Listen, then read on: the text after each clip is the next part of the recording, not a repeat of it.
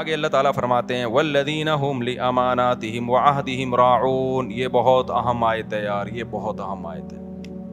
کاش یہ چیز مسلمانوں میں آ جائے. امانتوں اور معاہدوں کی پابندی, ایگریمنٹ کی بولو پابندی. امانت کا مطلب کوئی بھی عہدہ آپ کو دیا گیا ہے, آپ پہ اعتماد کر کے آپ اس کو ذمہ داری سے پورا کریں. آپ نے جب کسی سے کوئی ایگریمنٹ کر لیا, اسٹیٹ ایجنٹ کتنے 2 نمبر ہوتے ہیں سوائے ان کے جو میرا بیان سن رہے. کل میرے پاس کیس آیا, جمعے کو, چند دن پہلے جمعے کو کیس آیا, کتنے ایڈوانس میں دے دیا, سودا بک ہو گیا. اب کسٹمر کو, ویسے تو اسٹیٹ ایجنٹ الو بنا رہے ہوتے ہیں, کسٹمر بھی بنا رہے ہوتے ہیں. اب کیا ہے کہ جی دوسرا زیادہ اچھا مل گیا تو ادھر سے زبان چینج کر کے اس سے معاملہ کرنا شروع کر دی. بہت 2 نمبریاں ہو رہی ہیں پیسوں کے معاملے میں. مسلمان سیدھا نہیں ہے. اسٹیٹ ایجنٹ کیا کرتا ہے, آپ سے پیسے لیے, کوئی اچھا پلاٹ ملے گا آپ کو دوں گا, اچھا ملے نا تو نیت چین, ابے اس کو کیوں دوں, خود نہ رکھ لوں میں.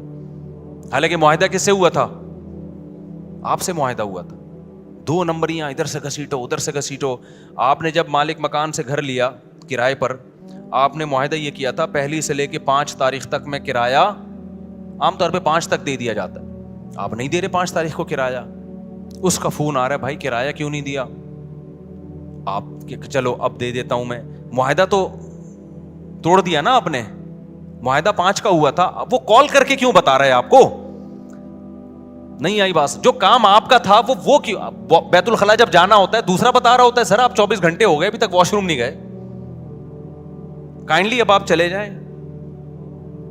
آپ کی ضرورت ہے نا واش روم, جب آپ کو تقاضا ہوتا ہے آپ کسی سے مشورہ لیتے ہو یا ڈاکٹر کہے گا فوراً جاتے ہو.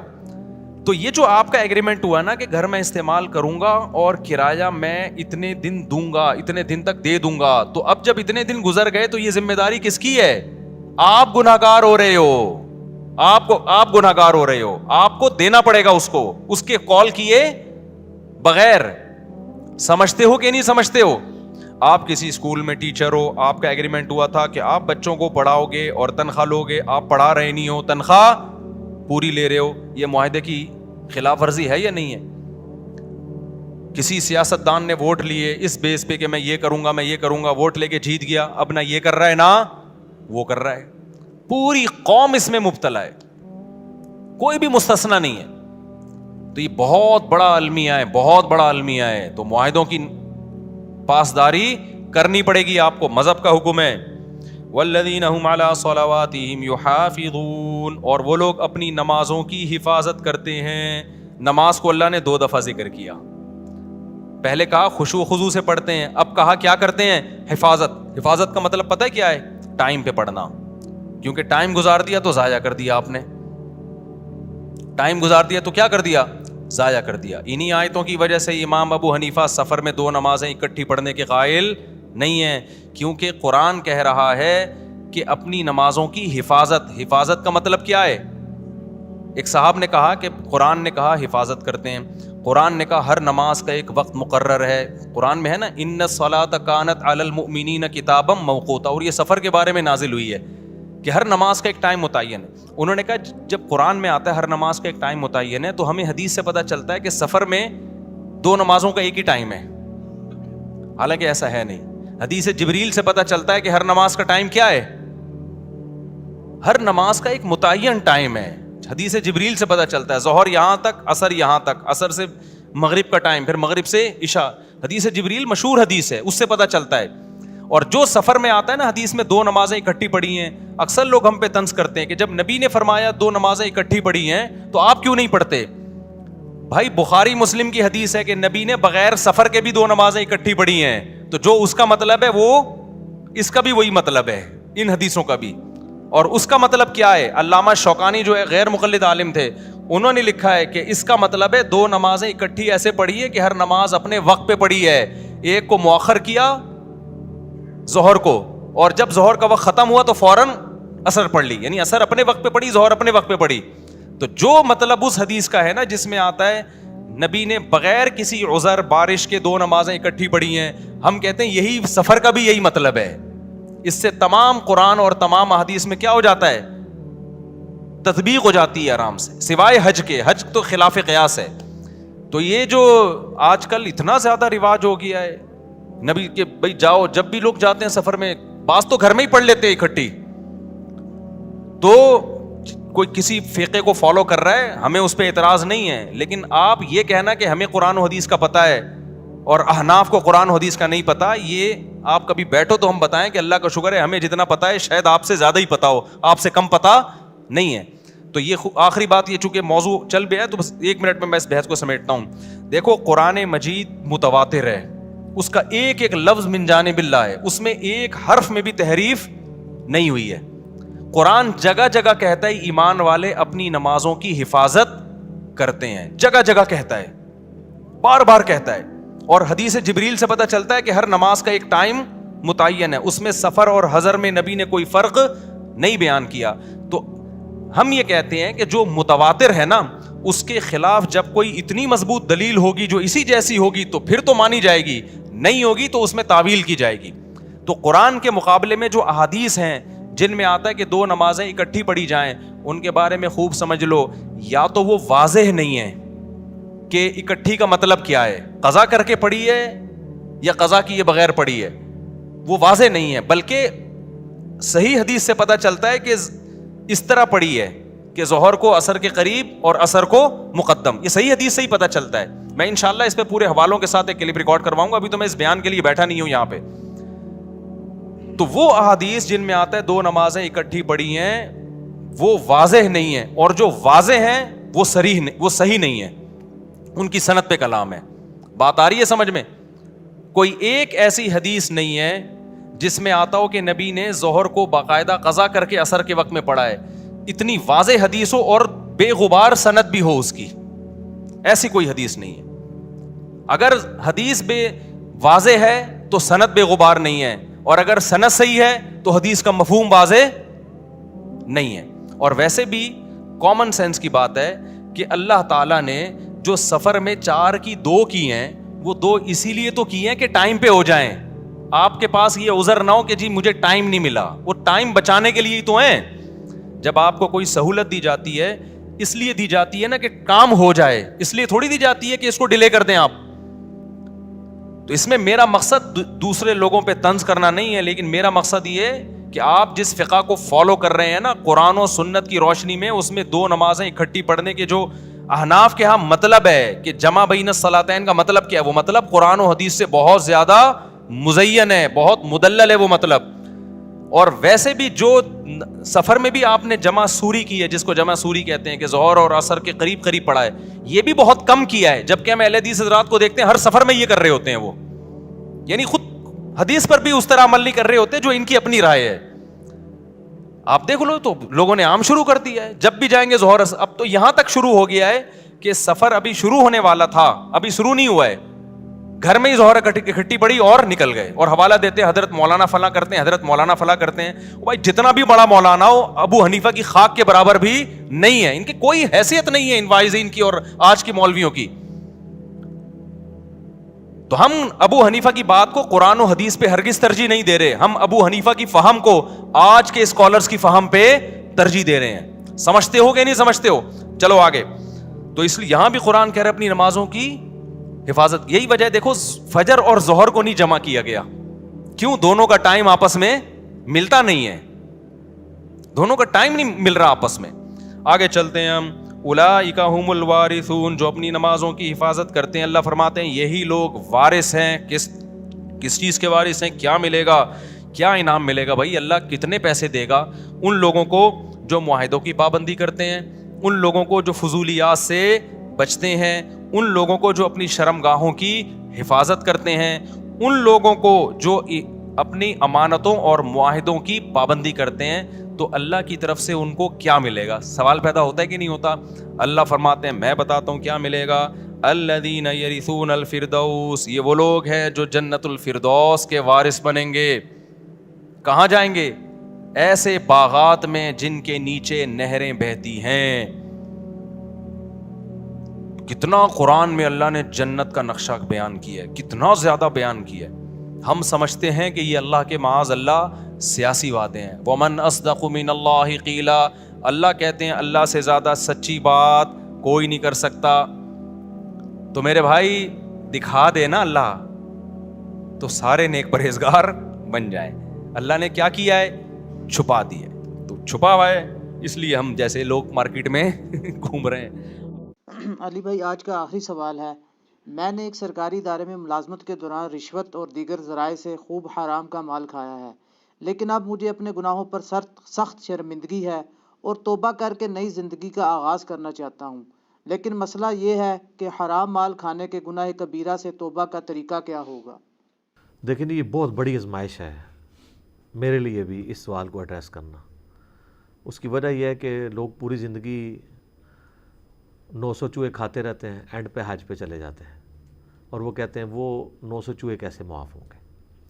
جہاں تک حقوق اللہ کا تعلق ہے وہ تو ایک جملے سے معاف ہو جائے گا کہ اللہ تعالیٰ کی طرف آپ رجوع لائیں شرمندگی کے ساتھ اور آئندہ گناہ نہ کرنے کا پکا عہد کرنا. حقوق العباد کا معاملہ بہت ٹف ہے، اور یہ جو مسئلہ پوچھ رہے ہیں یہ حقوق العباد کا ہے، یہ حقوق اللہ کا نہیں ہے. اور یہ بھی یاد رکھیے گا کہ اسلام میں ہر گناہ کی توبہ کا طریقہ دوسرے سے مختلف ہے. چوری کی توبہ یہ نہیں ہے کہ آپ نے جس کا مال چرایا اس کے ہاتھ میں جا کے مال رکھ دیں تو توبہ قبول ہوگی. یہ صرف اس وقت تک ہے جب تک وہ اپنا کیس لے کے جوڈیشری میں نہ جائے. ایک بندے کا مال چوری ہوا، ابھی اس نے جوڈیشری میں اپنا کیس نہیں لے کے گیا، تھانے میں کوئی رپورٹ نہیں کروائی، آپ کو رات کو شرمندگی ہوئی، آپ جا کے چور کا مال واپس کرتے. چور جو ہے وہ جا کے جس کا چوری کیا واپس کرتے. لیکن ونس کیس رپورٹ ہو گیا، لوگوں کو پتہ چل گیا، عدالت تک بات پہنچ گئی، اب آپ لاکھ کہیں مجھ سے 10 گنا بھی لے لو لیکن مجھے سزا نہ ہو، نہیں. اب جو ہے اسلامی حدود لگے گی کہ آپ کا ہاتھ کاٹا جائے گا، جو سورۃ المائدہ کے اندر ہے. ہاتھ کٹوائے بغیر آپ کی توبہ قبول نہیں ہے. اس طریقے سے قتل کی توبہ کا بھی ایک طریقہ قرآن میں ہے. قتل کی توبہ تو آپ کو ڈبل کرنی پڑتی ہے اس اعتبار سے کہ اللہ کی طرف توبہ کرتے وقت اس کی پلنٹی بھی دینی پڑتی ہے کہ ایک غلام آزاد کریں گے. غلام نہیں آزاد کر سکتے تو 60 جو ہے وہ آپ مسکینوں کو کھانا کھلائیں گے، یہ 60 مسلسل روزے رکھیں گے. یہ اللہ کا حق پورا کریں گے. اور مقتول کا حق یہ ہوگا کہ اگر وہ بلڈ منی ڈیمانڈ کرتا ہے یعنی دیت، تو 100 اونٹ کے برابر، یعنی آج کے آپ سمجھ لیں 2 سے 2.5 کروڑ روپیہ بنتا ہے. اگر آپ 1.5-2 لاکھ کا بھی ایک اونٹ لگائیں یا بہت بھی کر لیں تو 1 لاکھ کا تو لگتا ہے 1 کروڑ تو بن ہی جائے گا. ابو داؤد میں حدیث ہے کہ 100 اونٹ دیت ہے بلڈ منی دیں گے. اور وہ بھی اس صورت میں اگر وہ ایگری کرے، اور اگر وہ کہے کہ میں قتل کے بدلے میں قتل کرواؤں گا، تو پھر آپ جب تک قتل نہیں ہوتے نا قتل کے بدلے میں، آپ کی توبہ اس حوالے سے قبول نہیں ہوگی جب کیس جوڈیشری کے اندر آ جاتا ہے اور آپ پکڑے جاتے ہیں. تو اب یہ حرام مال والا جو مسئلہ ہے یہ بہت کریٹیکل ہے. اس میں اگر کوئی یعنی ایک سرکاری ادارے میں XYZ کوئی بھی ادارہ ہو سکتا ہے، اس کے اندر ملازمت اختیار کی ہوئی ہے، چاہے جائز کام کرنے کے لیے چاہے ناجائز کام کرنے کے لیے، دونوں صورتوں میں اگر وہ کسی سے رشوت لیتا ہے تو ظاہر ہے وہ حرام کا مال کھا رہا ہے، کیونکہ وہ اس پوسٹ پہ جو بیٹھا ہے اس کام کرنے کی آلریڈی وہ تنخواہ لے رہا ہے. اب ایکسٹرا جو پیسے لے گا وہ حرام ہوں گے.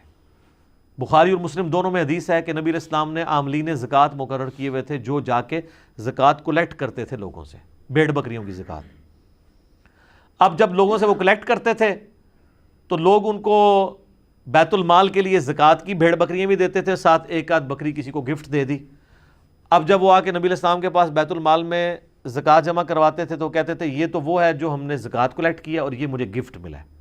تو نبی علیہ السلام فرماتے تھے کہ جاؤ اپنے ماں باپ کی گود میں جا کے بیٹھو، میں دیکھتا ہوں تمہیں وہاں پہ کون گفٹ دیتا ہے، تمہیں اس پوسٹ کی وجہ سے گفٹ ملا ہے، یہ بھی بیت المال میں آئے گا. یہ ایک جنرل حدیث ہے جو سب کو کور کرتی ہے کہ جس شخص کو سرکاری پوسٹ کی وجہ سے کوئی گفٹ بھی ملا ہے وہ حکومت کے خزانے میں جمع کروائے گا، کیونکہ اگر وہ اس پوسٹ پہ نہ ہوتا اس کو کوئی گفٹ نہ دیتا. اگر کوئی فوڈ انسپیکٹر نہ ہو تو کس نے اس کے گھر جا کے جو ہے وہ اتنے کلو مرغی اور اتنے کلو قیمہ جا کے دینا ہے؟ ہمیں تو نہیں کوئی آ کے دیتا، دیو بھی نہ میرا کو لے کے پہنچ جاؤ میرے گھر. ویسے میں کہہ رہا ہوں کہ اس پوسٹ کی وجہ سے دے رہے ہیں نا، یا علماء کو جو مل رہا ہے ان کی پوسٹ کی وجہ سے مل رہا ہوتا ہے نا. تو اس طرح کے گفٹ اگرچہ عاملین زکوٰۃ کی تنخواہ درست ہے، وہ قرآن میں سورہ توبہ کی آیت نمبر 60 میں 8 مصرف آئے ہیں زکوٰۃ کن کن کاموں میں لگ سکتی ہے، اس میں سے ایک مصرف یہ ہے کہ جو زکوٰۃ کو کلیکٹ کرنے والے سرکاری ملازمین ہیں ان کی تنخواہ بھی. اس لیے ہمارے ٹیکسز کا جو پیسہ ہے اس سے فوج کی، ایجنسیز کی اور اسی طریقے سے جو باقی حکومتی عہدیدار ہیں ان کی تنخواہیں جاتی ہیں. اب وہ اپنا کام کرنے کا ایکسٹرا پیسہ لوگوں سے لینا شروع کر دیں. جس طرح کسی زمانے میں ہمیں یاد ہے کہ شناختی کارڈ جب یہ نادرہ نہیں تھی، اللہ بھلا کرے پاکستان میں ایک ادارہ ایسا ہے جس پہ ہم فخر کر سکتے ہیں پرسنلی. انہوں نے آ کے کم از کم کسی ایک کام کو تو سٹریم لائن کیا ہے نا. آپ پاکستان میں کسی جگہ ان کی آؤٹ لیٹ کے اوپر چلے جائیں تو آرگنائز طریقہ ہے. نادرہ جب تک نہیں تھی نا، اور آپ کو اپنے تھانے کچہریوں سے شناختی کارڈ وہ ہاتھ کا لکھا ہوا، ہمارا تو پرانا وہی تھا 19 آپ سمجھ لیں آلموسٹ 98 99 کے اندر ہم نے جا کے وہ بنوایا تھا. تو اس شناختی کارڈ کو بنوانے کے لیے یا آپ کو اپنے صوبے کا ڈومیسائل نکلوانے کے لیے اپنے جائز حق کے لیے رشوت دینی پڑتی تھی. چیز آپ کی ہے، آپ پیسے دے کے نکلوائیں گے. یہ پاکستانی شہری کا حق ہے کہ اس کو شناختی کارڈ دیا جائے جس کا آلریڈی بے فارم آپ کے پاس موجود ہے کہ یہاں پہ پیدا ہوا ہے فلاں سن کو، اس کے ماں باپ یہاں کے شہری ہیں. یہ حکومت کا کام ہے کہ اس کو شناختی کارڈ دے. اس کے لیے آپ کو، اور وہ اگر نہ ہو تو آپ کو کالجز کے اندر ایڈمیشن نہیں ملتا. اب تو خیر بینک میں اکاؤنٹ بھی نہیں کھلتا اگر آپ کے پاس شناختی کارڈ نہ ہو، تو رشوت دینی پڑتی تھی. اب تو چلے فیس دے کے کام ہو جاتا ہے اپنے جائز کاموں کے لیے. تو اب جو لوگ وہاں پہ بیٹھ کے رشوت کھا رہے ہیں وہ تو بیٹھے اس لیے کہ لوگوں کے ڈومیسائل بنائیں یا اس زمانے میں شناختی کارڈ بنائیں. وہ رشوت کس چیز کی لے رہے ہیں؟ اگرچہ وہ جائز کام کے اوپر پیسے لے رہے ہیں لیکن ان کا پیسے لینا حرام ہے. یہ جو حدیث ہے نا، یہ صحیح حدیث ہے کہ رشوت دینے والا اور لینے والا دونوں جہنمی ہے. یہ اس صورت میں جب جو دونوں رضا کے ساتھ یہ کام کریں. جو مجبور بندہ ہے نا کہ جس نے اپنا حق لینا ہے اور اس کو مجبوراً رشوت دینی پڑتی ہے، پھر صرف لینے والا دوست کی ہے، رشوت دینے والا دوست کی نہیں ہوگا. اس کے گناہ کا وبال بھی وہی اٹھائے گا کیونکہ اس نے تو اپنا کام لینا ہے. اس کے پاس تو سنوائی کوئی نہیں ہے. کہاں جائے وہ، کس کے ساتھ جا کے وہ سر پھاڑے اور لڑے جا کے. تو اس طرح کے سارے کاموں میں لوگ رشوتیں لیتے ہیں. اسی طریقے سے آپ پولیس میں خدا نخواستہ آپ کو کبھی کوئی کام پڑ جائے تو آپ کو یعنی اپنے جائز ڈاکومنٹس نکلوانے کے لیے وہاں پہ رشوت دینی پڑ جاتی ہے. اللہ ماشاءاللہ لوگ اچھے لوگ بھی موجود ہیں. بلکہ آج کل یہ جو ایزی پیسہ آپ نے کسی کے اکاؤنٹ میں پیسے بھجوانے، اس کے تو 1 روپیہ بھی نہیں لگتا. تو بعض جو ہے وہ داؤ لگاتے ہیں، اس میں بھی 10 روپے لے لیتے ہیں، حالانکہ وہ جس نے ویٹ ڈرا کرنے ہوتے ہیں اس نے پیسے دینے ہوتے ہیں. تو جس کا جو داؤ لگتا ہے وہ جہاں پہ بیٹھا ہوا ہے، صرف سرکاری ملازم نہیں باقی لوگ بھی یہی کام کر رہے ہیں. تو اب اس طریقے سے جو حرام پوری زندگی کھایا، آخری عمر میں آ کے جناب بلڈ پریشر، شوگر، دل کی بیماریاں، بچے نہیں پڑھ لکھ سکے، بیوی کے اوپر فالج ہو گیا. اب جب یہ چیزیں ان کے سامنے آتی ہیں نا، پھر ان کو اب آخرت یاد آتی ہے کہ یار دنیا بھی at the end of the day ہم نے برباد کر لی، ابھی آخرت میں تو حساب باقی ہے. اور یہ بھی وہ جس کے اندر غیرت کی کوئی رتی ہو. یہ میں آپ کو پریکٹیکلی بتا رہا ہوں کہ میرے ساتھ ایسے لوگ ملے ہیں جنہوں نے لاکھوں اپنی زندگی میں کھایا ہے اور کئی لاکھ اس سے زیادہ اپنے علاج کے اوپر خرچ کیا ہے، تب بھی شفا نہیں ملی. یہ ایک ایسا معاملہ جو دنیا میں اللہ برابر کر دیتا ہے، اور اگر نہ بھی کرے تو آخرت کی مصیبتیں تو ابھی باقی ہیں نا جی. پھر وہ کہتا ہے جی اب توبہ کرنا چاہتے ہیں، کیا کریں؟ یاد ہی نہیں کس کس کا کھایا ہے، کہاں سے بندوں کو ڈھونڈیں، ان کو واپس کریں. تو یہ ظاہر ہے کہ مشکل ایک کام ہو جائے گا. اور پھر بندے بھی ڈھونڈ لیں تو کھایا اتنا ہے کہ وہ کیسے واپس کریں؟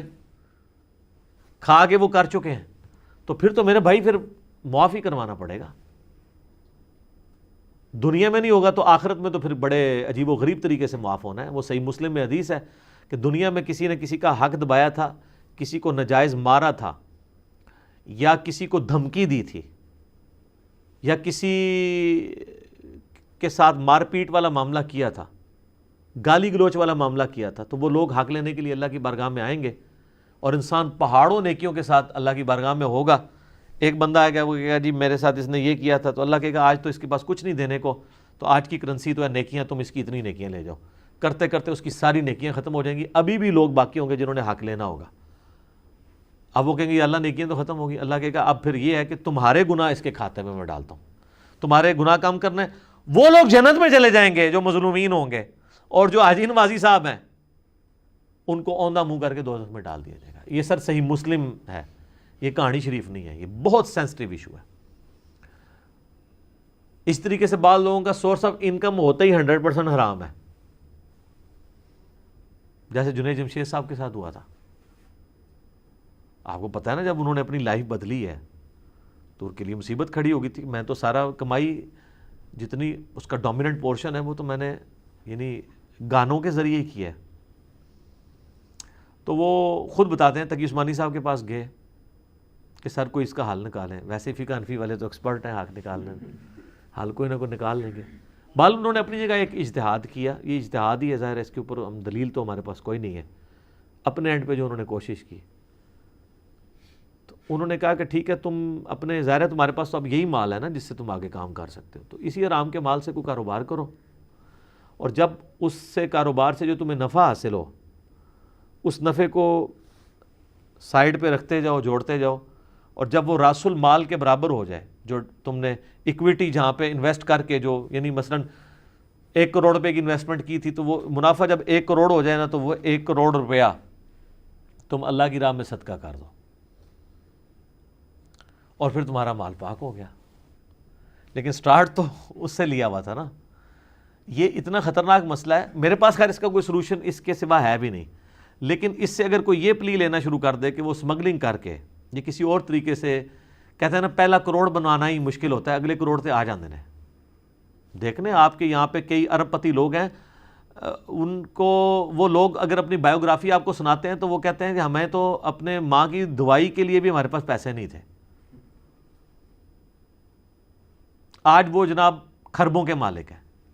تو ظاہر ہے کہیں پہ انہوں نے جو ہے نا وہ نو بال کرائی ہے نا ٹھیک ہے نا, وہ پہلا کروڑ تو بنایا ہے نا. یہ سب جناب میرا علا وجہ بصیرت یہ دعویٰ ہے کہ دنیا میں آپ کو جتنے کھرب پتی لوگ نظر آ رہے ہیں نا, یہ حلال کے طریقے سے اوپر نہیں پہنچے. اب اگرچہ وہ 100% حلال کے اوپر ہوں, کہیں نہ کہیں انہوں نے بیچ میں ڈنڈی ماری ہے, کیونکہ حلال کی آؤٹ پٹ یہ کبھی بھی نہیں ہوتی کہ انسان اس لیول کے اوپر چلا جائے.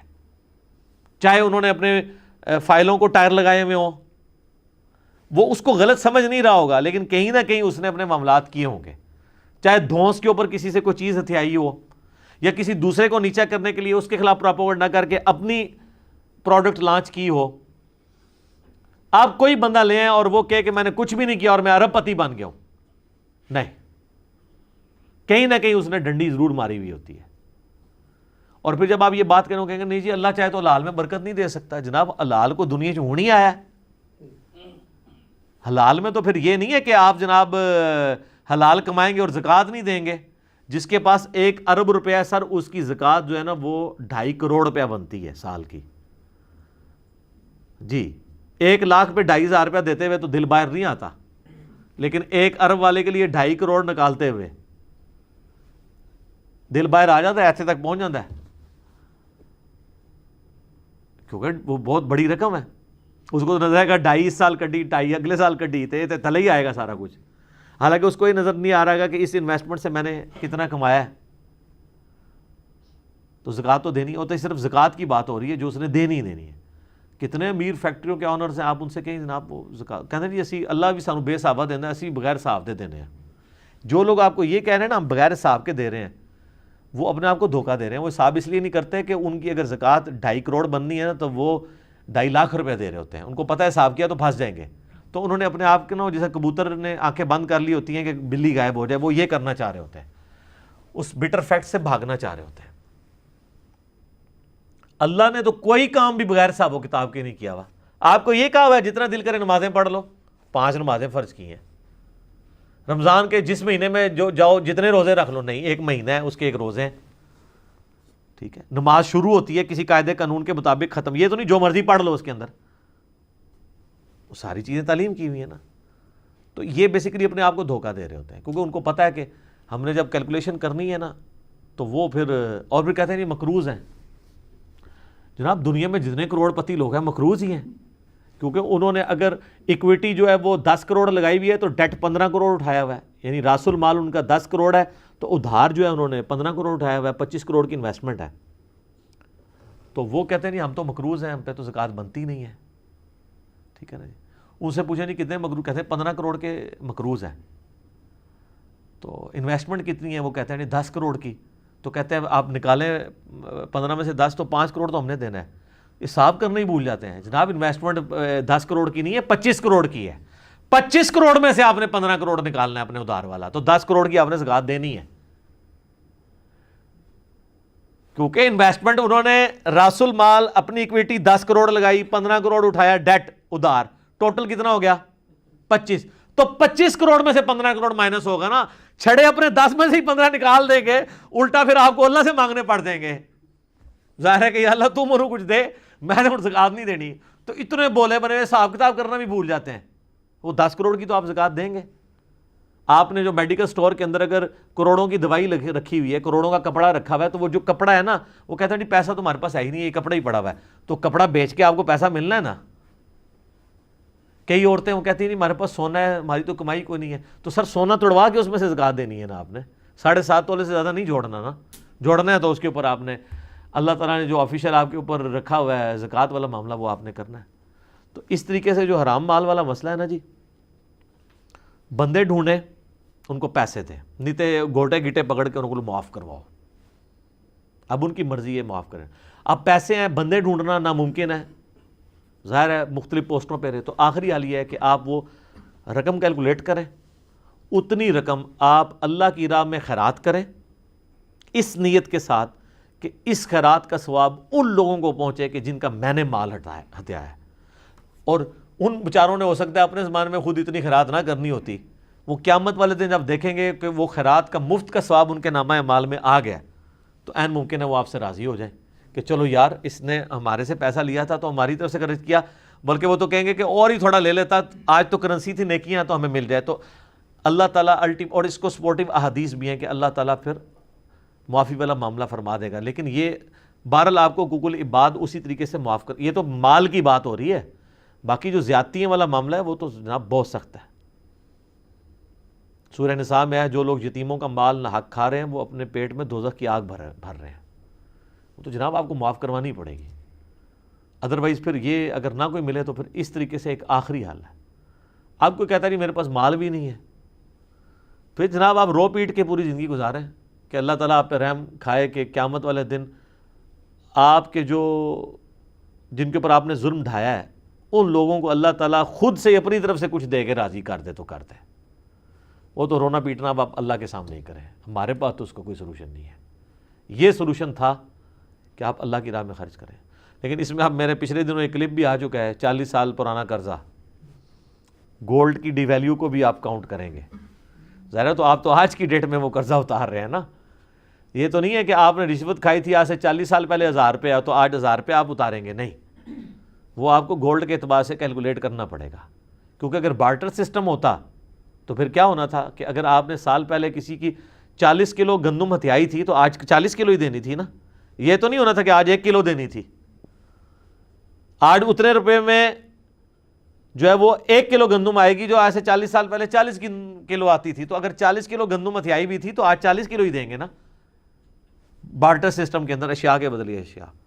اس طریقے سے منی جو کہ ڈی ویلیو ہوتی ہے تو وہ آپ کو گولڈ کے فارم میں کیلکولیٹ کرنا ہوگا کہ اس وقت، اور لوگوں کو پتہ ہوتا ہے. آپ جتنے بھی لوگ ہیں ان سے ذرا پوچھیں کہ جناب ہم جب چھوٹے سے تھے اس وقت جو ہے وہ تنخواہ اتنی تھی تو سائیکل جو ہے وہ 250 روپے کی آتی تھی اور یہ اتنا ہوتا تھا، یہ اتنا ہوتا تھا. جب یہ 1 روپے کا نان ہوتا تھا تو ہونڈا جو 70 ہے وہ 10,000 روپے کا ملتا تھا. تو ریشو پروپورشن نکالنا کوئی مشکل نہیں ہے. اور آج کل تو گوگل حافظہ اللہ میں آپ لکھیں اور وہ آپ کو بتا دے گا. آپ 50 سال پرانا بھی ریٹ نکالیں نا گولڈ کا، وہ آپ کو اس طرح بتائے گا. آپ لکھیں ڈالر اور روپے کی جو قدر کا فرق ہے 1947 سے ابھی تک آپ کو دے دے گا کہ اس وقت جناب ڈالر اتنے کا تھا، 4 روپے کا ڈالر تھا جو آج ڈالر 163 روپے کا ہو چکا ہے. 1960 میں کسی کے پیسے کھائیں تو ڈالر کے ساتھ ریشو، اور ڈالر تک آپ پہنچ گئے تو آپ گولڈ تک پہنچ گئے. وہ آپ میرا کلپ دیکھ لیں. یہ پوری بینکنگ کی سازش جو ہوئی ہے، ڈالر انہوں نے لانچ کر دیا، گولڈ آپ کا ہتھیار کے اپنے پاس رکھا ہوا ہے انہوں نے، تاکہ جس وقت چاہیں آپ کی گھیچی مروڑ دیں. دنیا کی اکانومی ان کے پاس ہے. تو اس طرح کے گناہوں سے پھر توبہ کا طریقہ یہی ہوگا، اور تو کوئی آپ کے پاس حل نہیں ہے. بہرحال اللہ کا شکر ہے کسی کو موت سے پہلے یہ خیال آ جائے کہ اس نے توبہ بھی کرنی ہے. یہ بھی اللہ کی رحمت ہی ہے، ورنہ پوری زندگی کسی کو خیال ہی نہیں آتا کہ اس نے توبہ کرنی بھی ہے، اور اسی طریقے سے آخرت کی زندگی میں انسان پہنچ جاتا ہے۔ دیکھیں جنید جمشید صاحب نے جب یہ اپنی لائف چھوڑی تھی تو ان کے ساتھ اور لوگ بھی تو تھے نا، اور آج کی ڈیٹ میں تو ہم کہہ سکتے ہیں کہ جنید جمشید صاحب فوت بھی ہو چکے ہیں۔ انہوں نے دیکھ بھی لیا ہے کہ ایک وہ بندہ جس کے پاس سب کچھ ٹھیک تھا، دین کا کام بھی کر رہا تھا، اسے فوت نہیں ہونا چاہیے تھا، لیکن اللہ کے فیصلے تو اپنے ہیں۔ فوت ہو گیا نا، فوت ہونے کے بعد بھی کتنے لوگوں نے عبرت پکڑی ہے، اکا دکا نے پکڑی ہے۔ ابرار الحق نے بعد میں داڑھی رکھ لی ہے، کافی غمگین ہوا، اور کچھ لوگ ہیں، لیکن میجارٹی لوگ تو اسی طریقے سے ہی چل رہے ہیں ویسے ہی۔ ایئر کریش کا سننے کے بعد ایٹ لیسٹ جو ایئر کریش میں 2-4 بندے بچ جاتے ہیں وہی توبہ کر لیں، یہ جن کے مر گئے تھے وہ مرنے کے بعد توبہ کر لیں، ان کے پچھلے جو ہیں کہ یار یہ تو اسی طریقے سے تھا۔ توبہ کیا کر رہے ہیں، وہ 5 کروڑ روپیہ نکلا ہے، یہ جو فلائٹ گری تھی رمضان کے اندر، کتنے دعوے دار مسلمان پیدا ہو گئے ہیں، اندازہ کریں اتنا بڑا حادثہ کسی نے دیکھا ہوا ہے اور 4-5 دعوے دار پیدا ہو گئے کہ ہمارے پیسے ہیں۔ اس کا مطلب ہے کوئی فرق، تو لہٰذا میں نے جو جملہ بولا تھا نا کہ ایئر کریش میں جو لوگ جاتے ہیں وہ وہاں مرے ہوئے لوگوں کو پانی پلانے نہیں جاتے ہیں، ان کو بھی پتہ ہے کہ وہاں پہ ہڈیاں بھی نہیں ملنی ہیں، وہ جا کے ان کے زیورات اور پیسے لوٹنے کے لیے جاتے ہیں۔ جی ہاں اسلامی بھائی، مسلمان بھائی، تو ریالٹی ہے یہ۔ اگر کوئی کہتا ہے نہیں جی اس سے ہمارے ایک ملک و قوم کے امیج کو نقصان پہنچ رہا ہے، تو یہ سرخی پاؤڈر آپ خود لگاتے رہیں، پوری قوم کو، پوری دنیا کو پتہ ہے کہ ہم کیا ہیں۔ باقی جی اللہ تعالیٰ ہمیں حرام مال سے بچائے، حلال کے اوپر قناعت نصیب کرے، اس کی برکتیں عطا فرمائے، اور اگر کسی نے اپنی زندگی میں ایسا کیا ہے تو وہ اب رجوع اللہ لے کے آئے، اور جن لوگوں کا حق غصب کیا ہے ان سے معافی کروائے اور ان کو مال دے۔ خالی کھلی معافی کروانے سے نہیں ہے، مال دے۔ اس طرح لوگ پوچھ رہے ہوتے ہیں کہ جی ہمارے والد صاحب ہماری بہنوں کو جداد میں نہیں دے کے گئے ہیں تو ہم دیں، بالکل دیں آپ، تاکہ آپ کے باپ کو دوزخ کی آگ سے بچا لیا جائے۔ یہ نہ کہیں کہ وہ تو اپنے اعمال خود بھگتیں گے، تو یہ مال جو آپ لے کے تو اس کے اوپر عیاشی کر رہے ہیں، اس باپ کے مال پہ آپ عیاشی کرنے کے لیے تو تیار ہیں، اور اس باپ کو دوزخ کی آگ سے بچانے کے لیے تیار نہیں ہیں۔ اس مال کے ذریعے جو آپ نے نہیں تھا کمایا، آپ کو وراثت میں ملے اپنے باپ کی وجہ سے، اس باپ کو چند پیسے اس میں سے دے کے اس کو آگ سے بچانے کے لیے تیار نہیں ہے، یا آپ نے تو نہیں مال کمایا، اس مال میں سے اپنی بہنوں کو دینے کے لیے تیار نہیں ہے۔ سوچنے کی ضرورت ہے۔ ٹھیک ہو گیا جی، اللہ تعالیٰ سے دعا ہے جو حق بات میں نے کہی اللہ تعالیٰ ہمارے دلوں میں راسخ فرمائے، اگر جس بات میں میرے منہ سے کوئی غلط بات نکل گئی تو اللہ تعالیٰ ہمارے دلوں سے معاف کر دے، ہمیں معاف بھی فرما دے، ہمیں کتاب و سنت کی تعلیمات پر عمل کر کے دوسرے بھائیوں تک پہنچانے کی توفیق عطا فرمائے۔ سبحانک اللہم و بحمدک، اشہد ان لا الہ الا انت، استغفرک و اتوب الیک، وما علینا الا البلاغ المبین۔ جزاکم اللہ خیرا۔